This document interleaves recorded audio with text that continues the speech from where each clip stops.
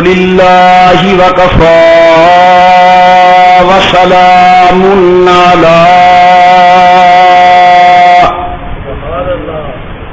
سيد الرسل وخاتم الأنبياء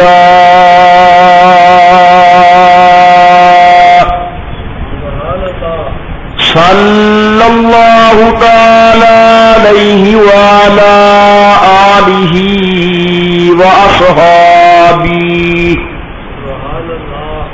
وأصحابه وبارك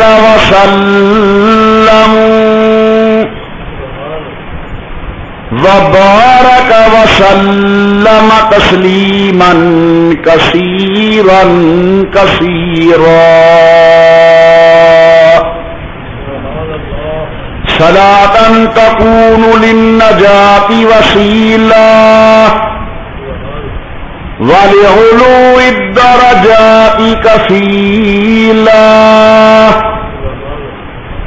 صلاة تحل بها العقد وتفرج بها الكرب صلاة تكون لك رضاء ولحقه أداء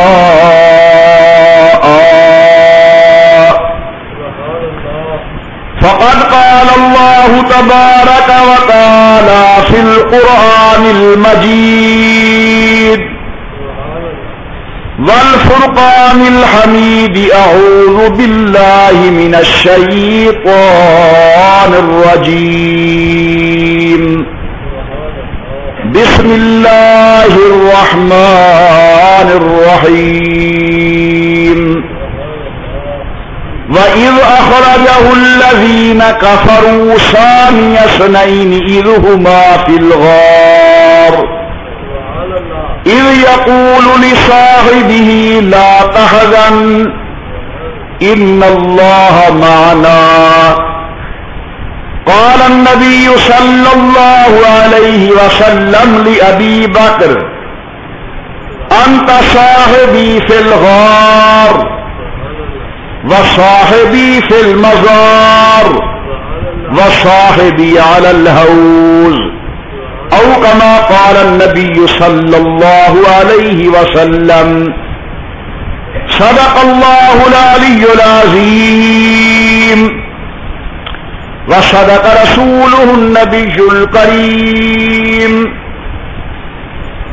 ونحن على ذلك لمن الشاهدين والشاكرين والحمد لله رب العالمين إن نلت يا ريح الصبا يوما إلى أرض الحرم إن نلت يا ريح الصبا يوما إلى أرض الحرم بلغ سلامي روضة فيها النبي المحترم ما إن مدحت محمدا بمقالتي لكن مدحت مقالتي بمحمدی اور صبح پر مؤمنوں کے جب بھی ذکر تاجدار آئے تو لازم ہے کہ اس کے بعد ذکر چار یار آئے ابو بکر عمر عثمان حیدر باغ با جب ہوں تو پھر کیوں کرنا باغ مصطفیٰ میں ایک بہار آئے اللہم صلی علی محمد وعلی آل محمد وصحاب محمد وازواج محمد وبارک وسلم. تمام حضرات دوشی پڑھ لیں حضور صلی اللہ علیہ وسلم کی ذات بابرکات پر.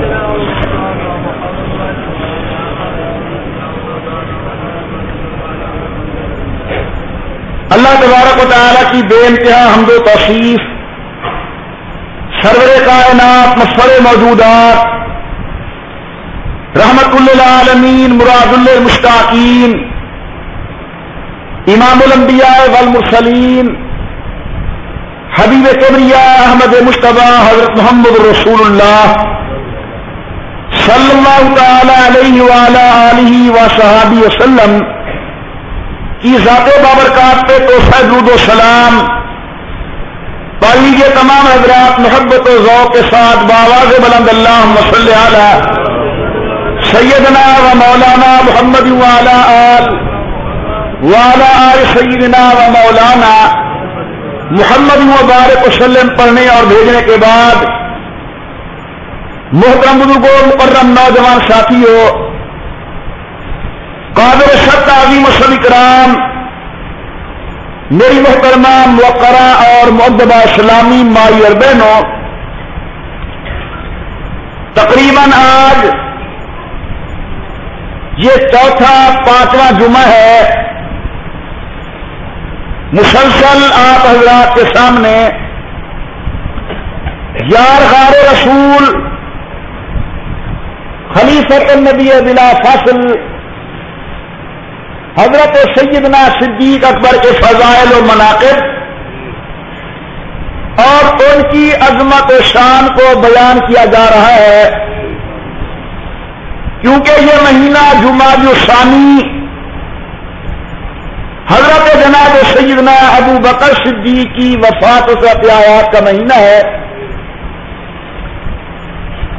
گزشتہ جمعہ میں نے ایک بات شروع کی تھی، پھر ٹائم مکمل ہو گیا تو درمیان میں رہ گئی۔ وہ واقعہ ہجرت تھا جناب حضور اکرم صلی اللہ علیہ وسلم کا ابو بکر صدیق کی معیت کے اندر 3 راتیں غار میں رہنا اور پھر غار سے میرے محبوب کا آگے سفر کرنا۔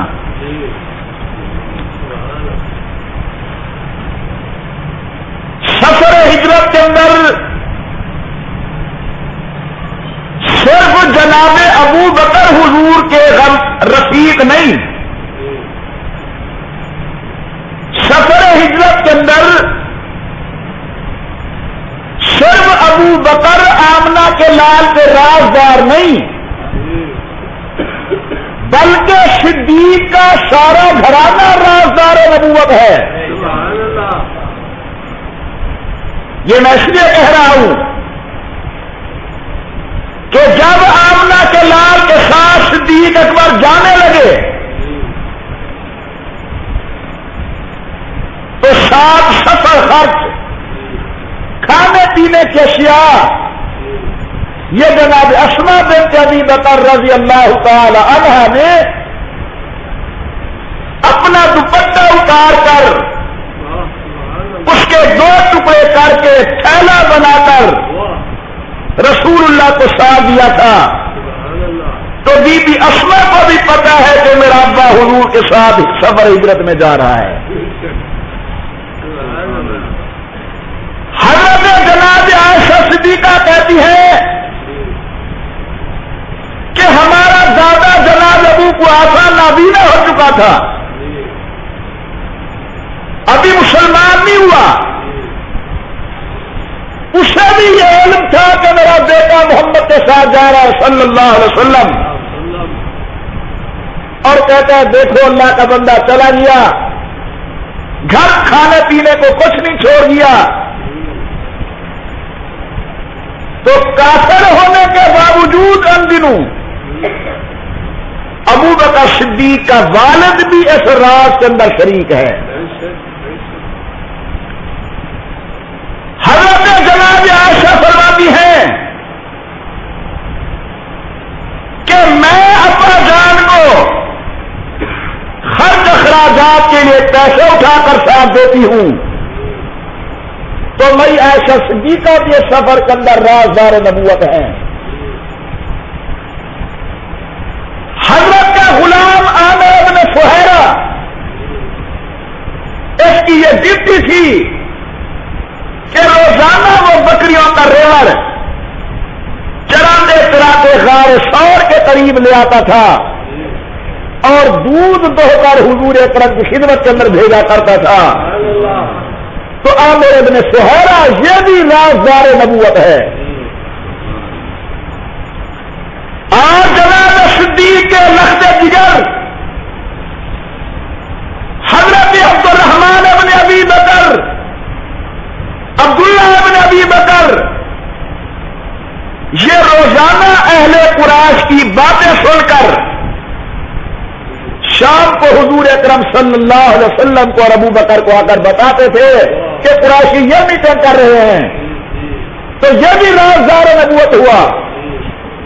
تو میرے گزارش کرنے کا مقصد یہ ہے کہ سفر کے اندر نبی کے ساتھ صرف ابو بکر نہیں بلکہ صدیق کا سارا گھرانہ سفر ہجرت کی کارروائی کے اندر شریک ہے. سبحان اللہ. سبحان اللہ.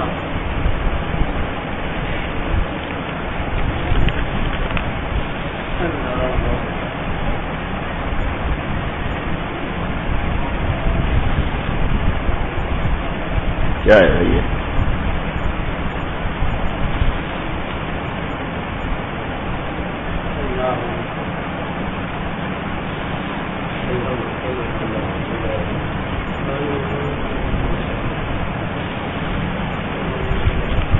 پتا بھی نئے مولوی ہیں، میں نے کو واقف نہیں کون میں کیا اعلان کروں گا.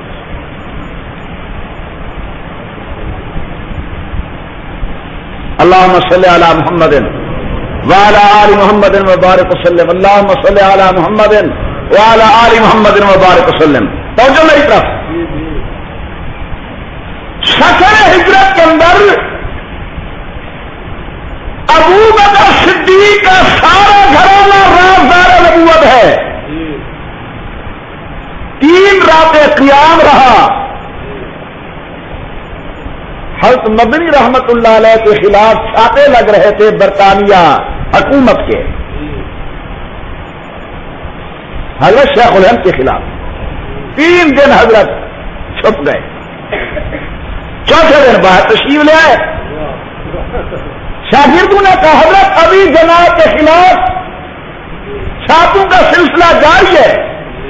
فرماتے بھائی میں نے حضور کو 3 دن چھپے ہوئے دیکھا ہے، چوتھے رات میں نے چھپا ہوا نہیں دیکھا.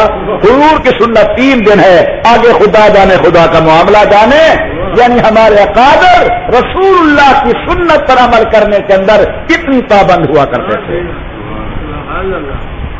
یہ عظمت والا قافلہ غار ثور سے چلا. سرداران قریش نے آدمی مقرر کیے، جاؤ تلاش کرو محمد ابن عبداللہ کو. ان کے ساتھ ابو بکر جا رہے ہیں ابن ابی قحافہ. جو تلاش کر کے آئے گا 1 جوڑا 1 گھوڑا اور نقد ہم انعام دیں گے. سراقہ ابن مالک ایک آدمی ہے، وہ کہتا ہے میں بھی اسی ٹوہ کے اندر نکلا، تار کے اندر نکلا، تلاش کے اندر نکلا کہ اگر مجھے یہ قافلہ مل جاتا ہے 3 آدمیوں کا، ابو بکر صدیق، حضرت جناب مدنی کریم اور ساتھ راہ دکھانے والا جو ہم نے ایک آدمی مقرر کیا ہوا ہے، اگر یہ مل جائے گا تو انعام ملے گا. کہتے ہیں صبح کی نماز کے ٹائم میں باہر نکلا، میں نے دیکھا کہ 2 سوار ہیں اور وہ جا رہے ہیں. یہ سراقہ کہتا ہے میں نے دیکھنے کا عجیب منظر ہے. میں نے پہچانا ایک تو محمد ہے صلی اللہ علیہ وسلم، اور ابو بکر کو میں نے دیکھا وہ دیوانہ وار محمد کریم کی سواری کے ارد گرد پھرتا ہے، کبھی دائیں کبھی بائیں، کبھی آگے کبھی پیچھے. روایات میں آتے حضور نے پوچھا بھی صحیح ابو بکر کیوں یار کبھی آگے چلتے ہو، کبھی پیچھے چلتے ہو، کبھی دائیں چلتے ہو، کبھی بائیں چلتے ہو.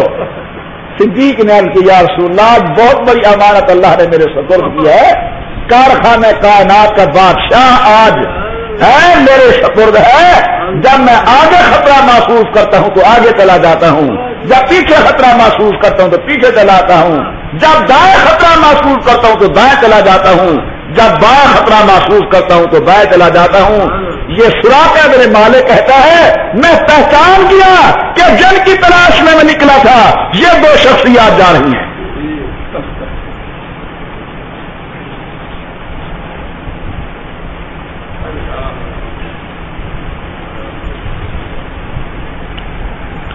یہ 2 شخصیات جا رہی ہیں. اللہ اکبر. یار ذرا محبت سے ایک دفعہ اللہ کا نام لے لیں تاکہ برکت آ جائے. میرا مضمون ربط نہیں کھا رہا.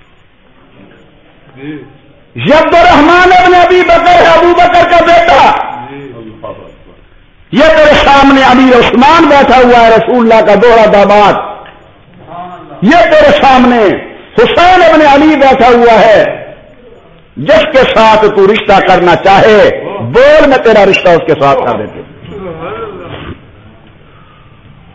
اس بچی نے سب کے چہرے کو دیکھا اور دیکھ کے کہتی ہے میرا رشتہ حسین ابن علی کے ساتھ کر دو، میری شادی حسین ابن علی کے ساتھ کر دو.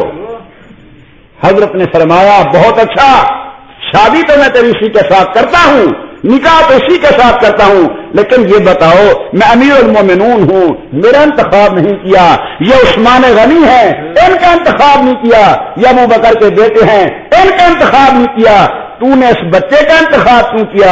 اس کی آنکھوں میں آنسو بھر آئے اور کہنے لگی امیر المومنین جب سے میں مسلمانوں کی قید کے اندر آئی ہوں مجھے اکثر حضور کی زیارت ہوتی ہے اور یہ بچہ مجھے محمد کی گود کے اندر نظر آتا ہے کہ شکل مجھے آمنہ کے لال کی جھولی کے اندر نظر آتی ہے. میں چاہتی ہوں کہ میرا رشتہ اسی کے ساتھ ہو جائے تاکہ محمد کے نسب کے ساتھ میرا نسب جڑ جائے، میں رسول اللہ کی بہو بن جاؤں. اسی سے حضرت زین العابدین پیدا ہوئے، کسی بچی سے حضرت زین العابدین پیدا ہوئے. یہ زین العابدین جناب عمر کی مفتوحہ زلزدر کی بیٹی شہربانو کے صاحبزادے ہیں. یہ قافلہ آگے چلتا ہے.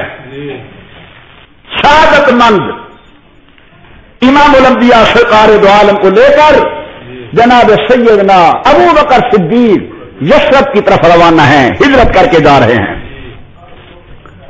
مشہور واقعہ ہے کہ راستے کے اندر ایک جھونپڑی پر گزر ہوا، امام الانبیاء ادھر بیٹھ گئے.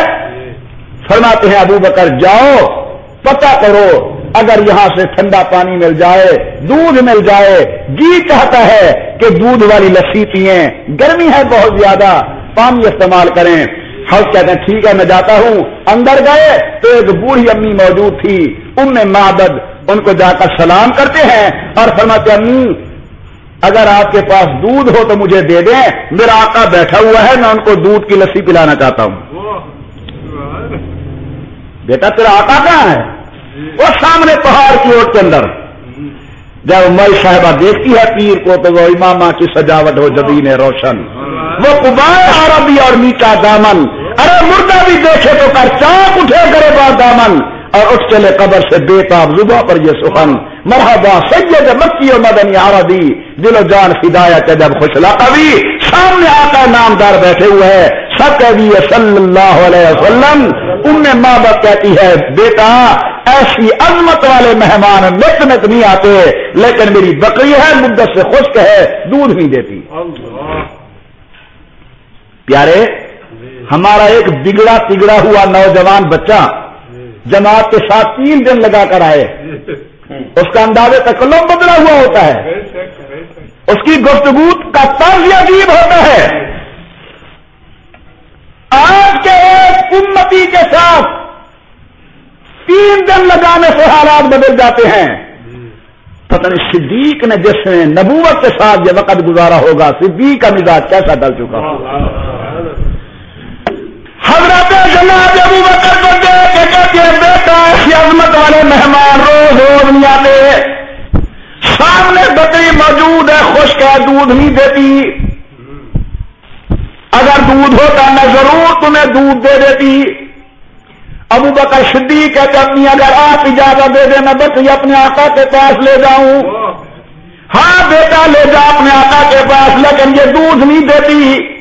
ابو بکر کہتے اللہ نے میرے محبوب کو، میرے پیر کو، میرے سائیں کو، میرے آقا کو عظمت نصیب کی ہے، اگر وہ رحمت والا ہاتھ پھیر دے خدا ضرور کرم نوازی فرماتے ہیں. وہ ہاتھ جو ابو بکر کی والدہ کے لیے اٹھا ایمان قبول ہوا، وہ ہاتھ جو بوڑھے امی حضرت ابو ہریرہ کے ایمان کے لیے اٹھا قبول ہوا، وہ رحمت والا ہاتھ جو حضرت جناب جابر کے کھانے کی روٹیوں آٹے کے اوپر آمنا کے لال کا رحمت والا ہاتھ آیا، برکت آ گئی، پانی ختم ہو گیا. میرے محبوب نے فرمایا جاؤ اپنے مشکیلیں نہ توڑ کے لے آؤ،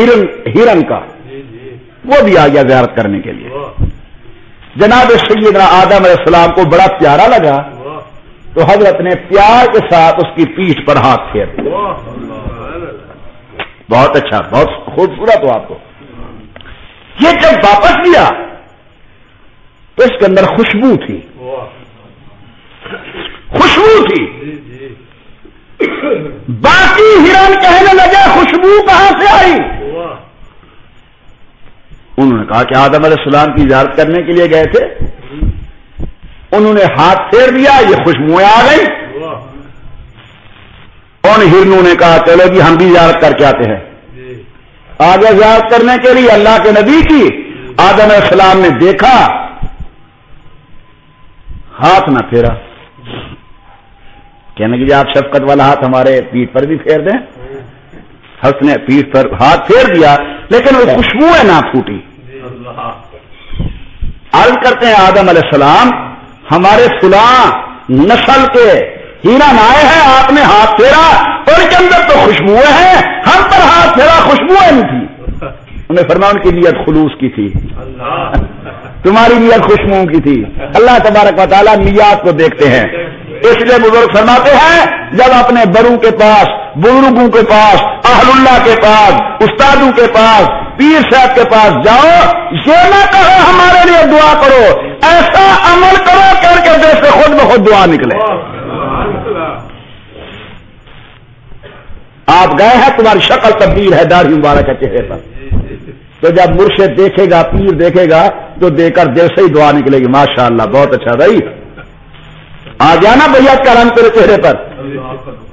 اس لیے بزرگوں سے یہ نہیں کہنا چاہیے کہ ہمارے لیے دعا کرو، ایسا عمل کر کے جاؤ کہ ان کے دل سے دعا نکلے تمہیں دیکھ کر۔ اللہ تبارک و تعالیٰ کے ہاں اخلاص کی بڑی قدر ہے، خلوص کی بڑی قدر ہے۔ دودھ پیا، وہاں سے یہ قافلہ چل پڑا، پہنچ گئے کہاں؟ مدینہ طیبہ۔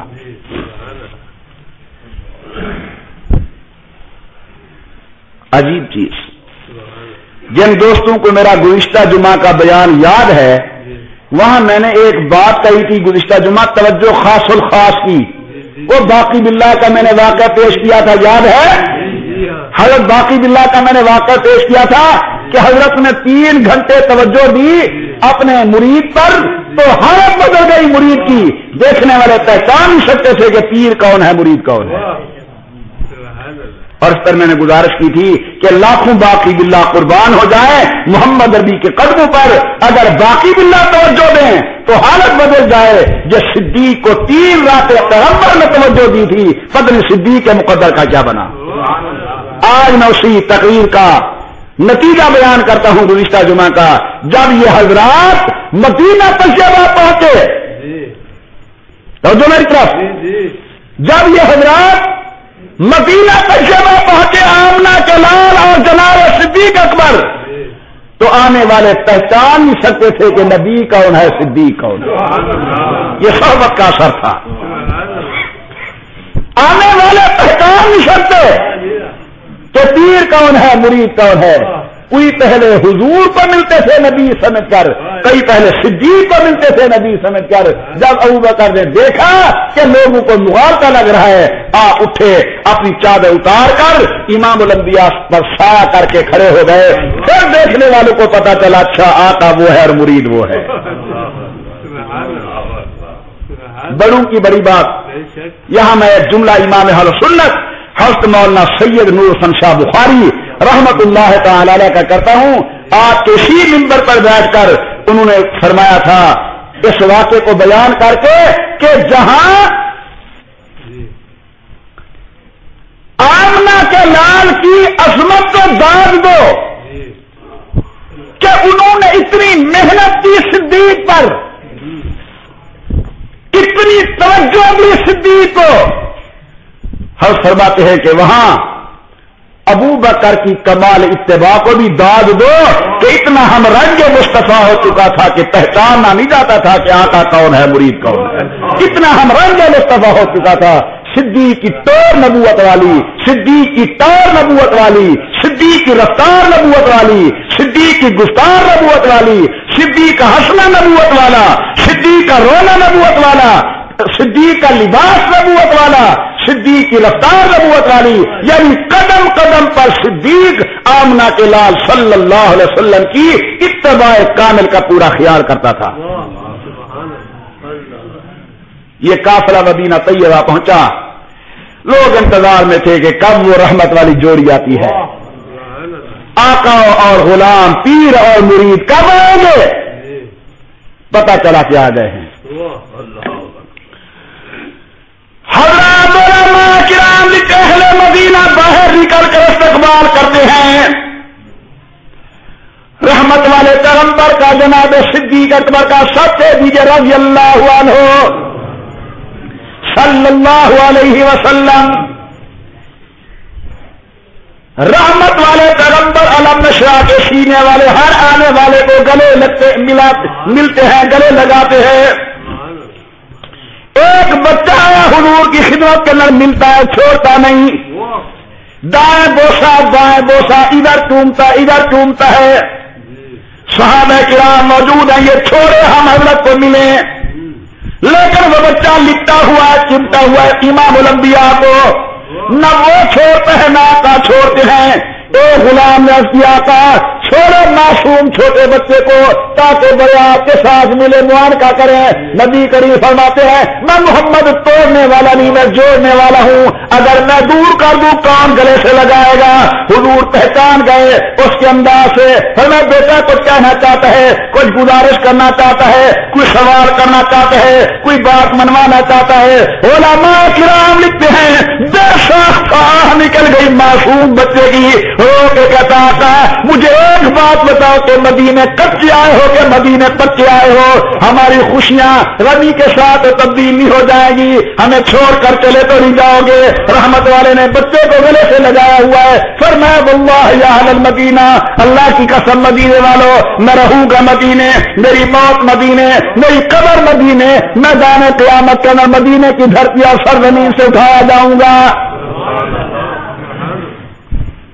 بیوی عائشہ صدیقہ کہتی ہیں رضی اللہ تعالی عنہ، بات ختم کر رہا ہوں کیونکہ پھر رجب شروع ہو جائے گا تو رجب کے مضامین آئندہ جمعہ چلیں گے۔ میں نے خواب دیکھا تھا کہ میرے کمرے کے اندر 3 چاند غروب ہوئے ہیں، 3 چاند غروب ہوئے ہیں۔ میں نے پوچھا ابا جان سے، ابو بکر سے کہ ابو میں نے یہ خواب دیکھا ہے، وہ چاند کیا ہوں گے؟ پھر میں بیٹی انتظار کرو۔ جب حضور کا انتقال پرملال ہوا اور آپ صلی اللہ علیہ وسلم حجرہ عائشہ کے اندر دفن ہوئے اور قبر بنی تو انہیں بیٹی پہلا چاند آ گیا۔ پھر امی فرماتی ہیں کہ جب ابو کی قبر بنی میں سمجھ گئی کہ دوسرا چاند آ گیا، اور جب امیر عمر کی قبر بنی تو میں نے سمجھا کہ آج میرا خواب پورا ہو چکا ہے۔ مشکات شریف کے اندر ہے